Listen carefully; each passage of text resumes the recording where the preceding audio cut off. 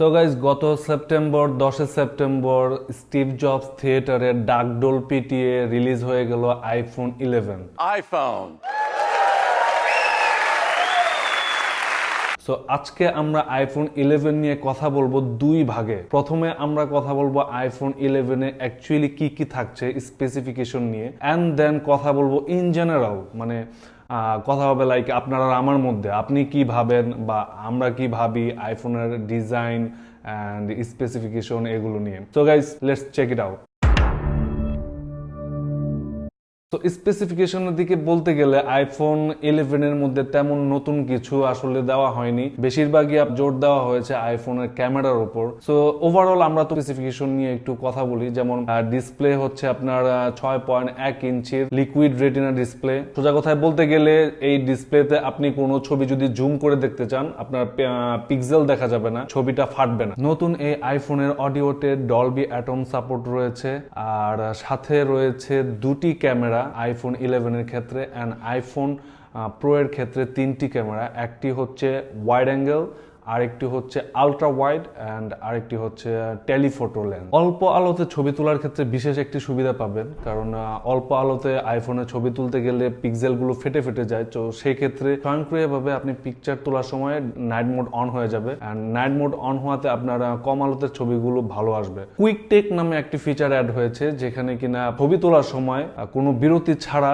আপনি ছবি তোলার যে বাটনটা সেটা প্রেস করে রাখলে আপনার ভিডিও হওয়া শুরু হবে। এটা অনেকটা আপনার স্ন্যাপচ্যাটের ফিচারের মতো। যেমন আমরা ছবি তোলার সময় যদি ভিডিও করতে হয় তো স্লাইড করার প্রয়োজন হয় না, ওই ছবি তোলার জায়গায় আপনি ক্লিক করে রাখলে আপনার ভিডিও হওয়া শুরু হবে। এন্ড আইফোনের ফ্রন্ট ক্যামেরাতে ব্যবহার করা হয়েছে 12 মেগাপিক্সেল, এন্ড এই 12 মেগাপিক্সেল দিয়ে আপনি আবার স্লো মোশন ভিডিও করতে পারবেন। এটা আইফোন 11 এও সেম, এন্ড আইফোন 11 প্রো এর ক্ষেত্রেও সেম। তারপর আসি আমরা সিপিইউতে।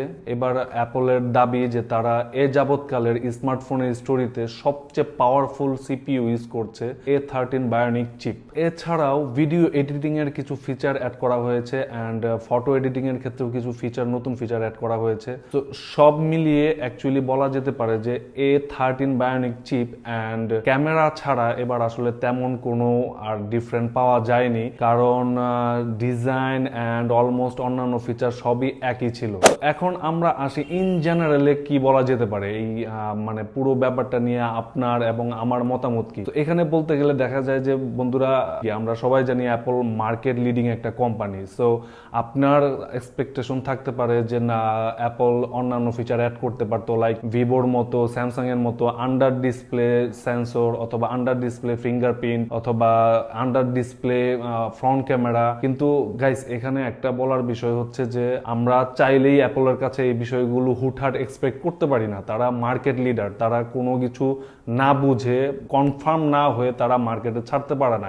এটা ভিভোর সাথে আপনি কম্পেয়ার করতে পারেন না, অপ্পোর সাথে এগুলা কম্পেয়ার করতে পারেন না। কজ অপ্পো, ভিভো, স্যামসাং এরা একটা প্রোডাক্ট বানিয়ে তারপর মার্কেটে এটা ছেড়ে তারা মার্কেট টেস্ট করে, কিন্তু অ্যাপল চাইলে এই কাজটা করতে পারে না। তাদেরকে 100% আগে কনফার্ম হতে হয়, দেন তারা এই বিষয়টা নিয়ে রিসার্চ করে দেন তারা একটা কনফার্মেশনে যেতে পারে। সো আমরা যদি খেয়াল করি 2016 না 15 এর দিকে হবে 6+ যখন রিলিজ করে, তখন কিন্তু একটা রিউমার ছড়ায় যে 6+ ব্যান্ড করে, রাইট?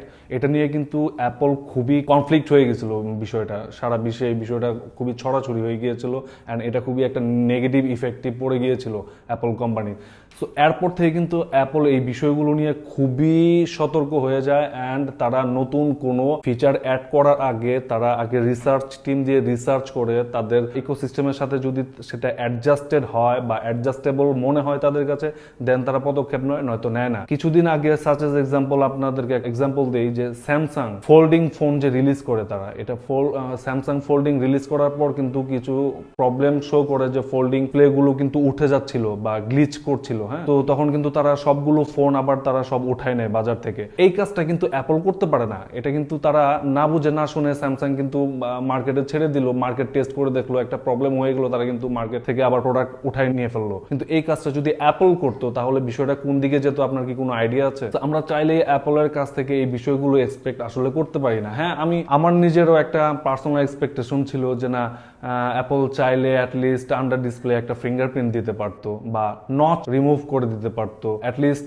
তাদের পিছনে যে লোগোটা সেটা একটু গ্লোয়িং করে দিতে পারতো, রাইট? মানে কোনো নোটিফিকেশন আসলে লোগোটা গ্লো করতো, কল আসলে লোগোটা গ্লো করতো, কুল লাগতো বিষয়টা। প্লাস অনেকের প্রবলেম ট্রিপল ক্যামেরার যে স্কোয়ার ডিজাইনটা নিয়ে সবারই একটা গসিপিং একটা টপিক হয়ে গিয়েছে ইদানিং, এটা নিয়ে সবারই মাথা ব্যথা। ইভেন কিছু কিছু মানুষ তো এটার বিরুদ্ধে মামলাও করে দিছে যে তাদের এই ট্রিপল ক্যামেরার হোল দেখে নাকি তাদের কি বলে একটা ফোবিয়া কাজ করে, যে গর্তের মতো দেখা যায়, এরকমও কিছু বিষয় শোনা গিয়েছে। আর যদি অ্যাপলের লজিক দিয়ে আমরা চিন্তা করি, তারা কিন্তু জেনে শুনেই কিন্তু এই ডিজাইনে তারা পা রেখেছে, কারণ যে ইঞ্জিনিয়ারিংটা তারা অ্যাপ্লাই করেছে, আপনি যদি দেখেন wide angle and ultra wide angle, আপনি একটা জায়গায় দাঁড়িয়ে থেকে যে পরিমাণ জুম করা যাচ্ছে, যে টেকনিকটা তারা খাটিয়েছে, সেই ক্ষেত্রে কিন্তু তাদের ট্রিপল ক্যামেরার অবশ্যই দরকার ছিল। এখন ট্রিপল ক্যামেরা যদি দরকার থাকে, আপনি বলতে পারেন যে আপনি সিরিয়ালি লাইন বাই লাইন এই ভার্টিক্যালি তারা দিতে পারতো, কিন্তু ভার্টিক্যালি বিষয়টা আমার কাছে মনে হয় যে আরো বাজে লাগতো। স্কোয়ারটাই ঠিক আছে। আর অ্যাপল যেহেতু বস এটা ইমপ্লিমেন্ট করছে, তাহলে এটাই ট্রেন্ডিং হয়ে যাবে। দেখবেন 2017-এ যখন তারা নচ ডিসপ্লে দিয়ে যখন রিলিজ করলো, তখন কিন্তু বাজারে কিন্তু সবাই হুমড়ি খেয়ে পড়লো নচ ডিসপ্লে দিয়ে ফোন বানানোর জন্য, রাইট? এখন আমরা ভাবছি যে এটা আসলে উইয়ার্ড লাগছে, কারণ স্কোয়ার ডিসপ্লে এটা অ্যাপলের সাথে যায় না, কিন্তু কিছুদিন পরে দেখবেন যে এটাই আসলে ট্রেন্ড হয়ে গিয়েছে, আমার কাছে যেটা মনে হয়। কারণ নচ কিন্তু অ্যাপলের আগে কেউ নিয়ে আসতে পারেনি, ফার্স্ট কিন্তু ইন্ট্রোডিউস করেছে নচ অ্যাপল, অ্যান্ড এটাই কিন্তু ট্রেন্ড হয়ে গিয়েছিল। হ্যাঁ, তো এরপরে যেগুলো কোম্পানি আদার্স ফিচার গুলো ইনোভেট করছে, সেই ক্ষেত্রে কিন্তু আমরা এখন যদি অ্যাপলের সাথে কম্পেয়ার করতে যাই, তাহলে কিন্তু এটা ভুল হবে। অ্যাজ ইউজুয়াল আমি আপনাদের যখন বললাম যে ভিভো, অপ্পোর ইনোভেশনের সাথে কিন্তু এগুলো কম্পেয়ার করা যাবে না, কারণ তারা মার্কেটে প্রোডাক্ট ছেড়ে তারপর তারা মার্কেট যাচাই করে। আর অ্যাপল তারা আগে কনফার্ম হয়, রিসার্চ করে, দেন তারা মার্কেটে কিন্তু পা ফেলায়। When you become the market leader, you have some followers, right? আপনাকে ফলো করছে, ক্রিটিক্সরা আপনাকে ফলো করছে, অন্যান্য ব্র্যান্ডরা আপনাকে ফলো করছে। সো আপনি যখন মার্কেট লিডার হবেন, আপনার কিন্তু খুবই কেয়ারফুলি পা ফেলতে হবে মার্কেটে, রাইট? তো অ্যাপল চাইলে এই বিষয়গুলো আসলে কনসিডার করতে পারে না, কিন্তু যখন রাইট টাইম হবে তারা অবশ্যই এগুলো ইমপ্লিমেন্ট করবে। অ্যান্ড অ্যাপলই সবসময় ইনোভেশন। হ্যাঁ, আমি মানি যে স্টিভ জবস যাওয়ার পর থেকে অ্যাপলের ইনোভেশন একটু স্লো হয়ে গিয়েছে, বাট আলটিমেটলি তারাই তো ট্রেন্ডি ফিচার্স আনছে, তাই না? অ্যান্ড এক সময় দেখবেন যে ট্রান্সপারেন্ট ফোন নামে যদি কেউ ইন্ট্রোডিউস করে থাকে, সেটা ইনশাল্লাহ অ্যাপলই করবে। আমি কিন্তু অ্যাকচুয়ালি অ্যাপল সাপোর্টার না, বা আমার কথা শুনে হয়তো বা মনে হচ্ছে যে অ্যাপল সাপোর্টার আমি, এরকম কিছু না। বাট ইন জেনারেল যদি আপনি লজিক্যালি বিষয়টা চিন্তা করেন, তাহলে কথাগুলো এইভাবেই আসে যে মার্কেট লিডার যখন আপনি হবেন, তখন আপনার কিছু দায়বদ্ধতা থেকে যায়, কিছু রেসপন্সিবিলিটি থেকে যায়। সেই রেসপন্সিবিলিটি থেকে আপনার কিছু ভেরিয়ার্স চলে আসে, আপনার সামনে কিছু অবস্টেকল চলে আসে। তো এই অবস্টেকল গুলো চিন্তা করতে গেলেই আপনার এই বিষয়গুলো মাথায় চলে আসে। সো গাইস, আপনারা কি ভাবেন এটা প্লিজ নিচে আপনারা কমেন্ট করে জানাবেন। এই ডিজাইন সম্পর্কে, এই ফিচার সম্পর্কে আপনাদের কি মন্তব্য, দয়া করে প্লিজ নিচে কমেন্ট করে জানাবেন। তো গাইস, ডিজাইন নিয়ে যদি আমরা মাতামাতি না করে আমরা এটা পারফরমেন্সের দিকে চিন্তা করি, এটা যে পারফরমেন্স দিচ্ছে আপনার স্মার্টফোনের হিস্টোরিতে এইরকম পাওয়ারফুল সিপিইউ আর কারো ইউজ করে নাই। আপনি দেখবেন আগামী 1 বছর তারাই মার্কেট লিড করে যাবে। আর ডিজাইন আর কি চেঞ্জ করবে? এটা প্রত্যেক বছর তারা একটা করে প্রোডাক্ট রিলিজ করে, এমন না যে স্যামসাং এর মতো মাসে 3টা-4টা করে মডেল বের করে, এরকম তো না। তারা বছরে একটা প্রোডাক্টই তাদের, একটা ডিজাইনই তাদের বের হয়। তো ওই ডিজাইনের মধ্যে আপনি আর কি চান? ডিজাইন সেমই থাকবে না, ডিজাইন এরকমই থাকবে। হ্যাঁ, আপনি বলতে পারেন যে নচ উঠায় দেখ, কিন্তু নচ উঠাই দিলে তাহলে তাদের ক্যামেরা কোথায় দিবে? তাদের ফ্রন্ট ক্যামেরা, তাদের যে ফ্রন্টে এতগুলো সেন্সর, ফেস আইডি, এগুলা কোথায় দিবে? আন্ডার ডিসপ্লে কি এতগুলো সেন্সর দেওয়া পসিবল? আপনি বলেন। হ্যাঁ, একটা কাজ করতে পারতো, তারা গ্লোয়িং লোগোটা অ্যাপ্লাই করতে পারতো। এটা খুবই কুল হতো বিষয়টা, যদি গ্লোয়িং লোগোটা তারা অ্যাপ্লাই করতো। তো গাইজ, খারাপ ভালো সবটাই থাকবে, প্রোস এন্ড কনস থাকবেই, কিন্তু সেগুলো না নিয়ে আমরা ভালো দিকগুলো দেখি। এবার হয়তোবা তারা কোনো ইনোভেটিভ কিছু দেখাতে পারেনি। Okay guys, last of all এতটুকুই বলা চলে যে যাদের অ্যাভেলেবল টাকা আছে, তারা iPhone 11 আইফোন 11 যে কেউ কিনতে পারেন। আইফোন 11 একটা জোস ফোন। এটা আইফোন 10s ম্যাক্স অথবা আইফোন এক্স আর এই দুইটার সম্মিলিত পাওয়ার এই আইফোন 11টা তৈরি হয়েছে। বাট আইফোন 11 প্রো এটা আসলেও একটা প্রো লেভেলের জন্য।